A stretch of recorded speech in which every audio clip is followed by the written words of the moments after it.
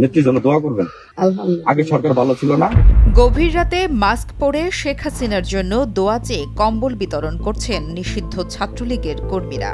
14 জানুয়ারি বিকেলে নিষিদ্ধ সংগঠন ছাত্রলীগ জামালপুর জেলা শাখার সাধারণ সম্পাদক নাফিউল করিম রাব্বির ফেসবুক আইডি থেকে কম্বল বিতরণের একটি ভিডিও পোস্ট করা হয়। তবে ধারণা করা হচ্ছে সোমবার গভীর রাতে শহরের বিভিন্ন পয়েন্টে এই কম্বলগুলো বিতরণ করা হয়েছে।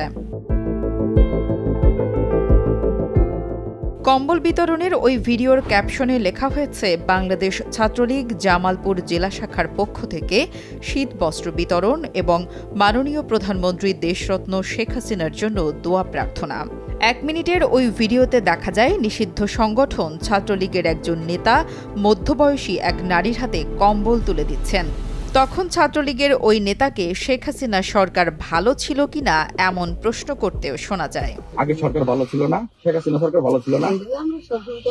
কম্বল বিতরণের ভিডিওতে নিষিদ্ধ ছাত্রলীগের ওই নেতাকে আরও বলতে শোনা যায়, ছাত্রলীগ জামালপুর জেলা শাখার পক্ষ থেকে জননেত্রীর দোয়ার জন্য নেত্রীর পক্ষ থেকে কম্বল বিতরণ করলাম।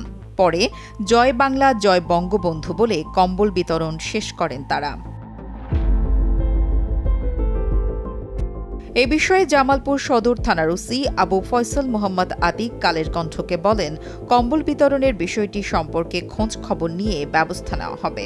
খোঁজ খবর নিচ্ছি, যদি সত্য হয় আমরা ওই ডিটেক্ট করার ভিত্তিতে তদন্ত সাপেক্ষে কে করছে ইনশাআল্লাহ আমরা ব্যবস্থা নেব। জানা গেছে জামালপুর শহরের বিভিন্ন পয়েন্টে 50টি কম্বল বিতরণ করেছে ছাত্রলীগের কর্মীরা।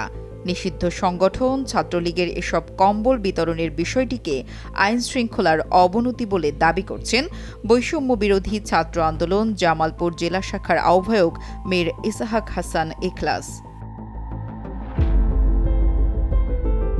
নুসরাত জাহান কলি, কালের কণ্ঠ।